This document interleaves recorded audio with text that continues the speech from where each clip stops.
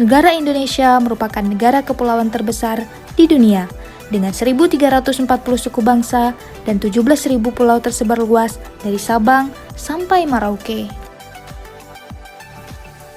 Assalamualaikum teman-teman. Seperti yang kita tahu, Indonesia memiliki banyak ras, suku, agama, dan adat istiadat.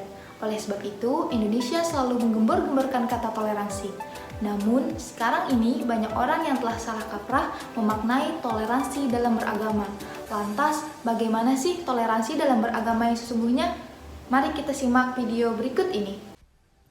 Seperti firman Allah, bahwasanya prinsip seorang muslim tidak menyembah apa yang disembah oleh orang-orang non-muslim. Begitu pula sebaliknya. Toleransi bukan mencampurkan antara hak dan juga batil. Jadi, kita tidak boleh melakukan kebatilan atau larangan Allah atas nama toleransi. Tapi, kita menghargai dan menghormati keyakinan setiap individu. Maka, sebagai bangsa Indonesia, mari kita menghargai dan menghormati kepercayaan orang lain. Jangan memaksa atau mengancam orang lain untuk mengikuti apa yang kita yakini.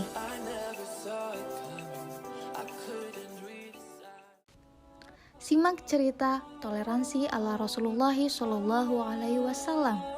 Rasulullah adalah tokoh teladan terbaik dalam mengerjakan sikap toleransi kepada umatnya. Toleransi merupakan sikap untuk mengayomi orang-orang yang berbeda keyakinan dan kedudukan yang tidak menebar permusuhan. Rasulullah tidak hanya sebagai nabi, beliau juga kepala keluarga, panglima perang, dan kepala negara. Kedudukan dan kekuasaan yang diperolehnya tidak menjadikannya sebagai orang yang bertindak kasar dan keras. Sebagai nabi, sikap toleransi yang beliau tunjukkan ialah memaafkan dan bahkan mendoakan kaum yang telah berbuat jahat kepada beliau ketika berdakwah. Setelah wafatnya paman beliau, Abu Thalib, Nabi Shallallahu Alaihi Wasallam berkunjung ke perkampungan Taif. Beliau menemui 3 orang dari pemuka suku kaum Safik, yaitu Abdiyalel, Khubaib, dan Mas'ud. Nabi mengajak mereka untuk melindungi para sahabatnya agar tidak diganggu oleh suku Quraisy. Namun, kenyataan pedih yang dialami beliau, Nabi diusir dan dilempari batu oleh kaum Safik. Akibatnya, darah pun mengalir dari tubuh beliau. Menyaksikan kejadian itu, Malaikat Jibril memohon izin untuk menghancurkan kaum Safik karena telah menyiksa Nabi. Namun, apa jawaban Nabi? Jangan. Aku berharap Allah akan mengeluarkan dari tulang sulbi mereka keturunan yang akan menyembah Allah dan tidak mensekutukannya dengan apapun. Beliau pun berdoa untuk kaum Safik. Ya Allah, berilah petunjuk kepada kaumku karena mereka belum mengetahui kebenaran. Hadis riwayat Baihaqi. Pada lain kesempatan, sebagai pemimpin negara, Rasulullah SAW juga menunjukkan sikap tolerannya ketika terjadi keributan antara kaum muslim dan kaum Quraisy serta Yahudi. Rasul menawarkan solusi dengan membuat piagam Madinah untuk mencari kedamaian dan ketentraman kehidupan di masyarakat. Seperti yang terdapat pada pasal 16 yang tertulis, sesungguhnya orang Yahudi yang mengikuti kita berhak atas pertolongan dan santunan, sepanjang kaum mukminin tidak terzalimi dan ditentang. Selain piagam Madinah, pada peristiwa penaklukan kota Mekah, Fathu Mekah, Rasulullah SAW juga menunjukkan toleransi yang sangat indah.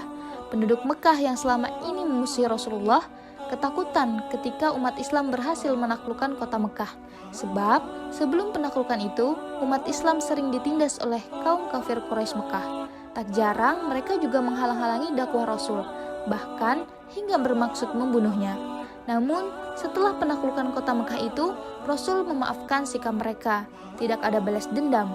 Kekuasaan yang dimilikinya tak menjadikan diri Rasul menjadi sombong atau tertindak sewenang-wenang. Ketika penduduk Quraisy menanti keputusan beliau, Rasul bersabda, "Saya hanya katakan kepada kalian bagaimana ucapan Nabi Yusuf kepada para saudaranya. Tiada celaan atas kalian pada hari ini. Pergilah, kalian semua bebas." Hadis riwayat Baihaqi. Itulah tadi di antara contoh toleransi Rasulullah. Pantaslah bila beliau menjadi suri tauladan bagi umat Islam dalam berbagai hal. Nah, sekarang Rasulullah saja memiliki sifat toleransi. Apa pantas kita sebagai hambanya memiliki sifat intoleran? Toleransi itu ibarat begini. Saya minum kopi, kalian minum teh. Kita sama-sama menikmati minuman kita masing-masing, tanpa harus mencampurkan antara minuman kopi dan minuman teh. Indah bukan?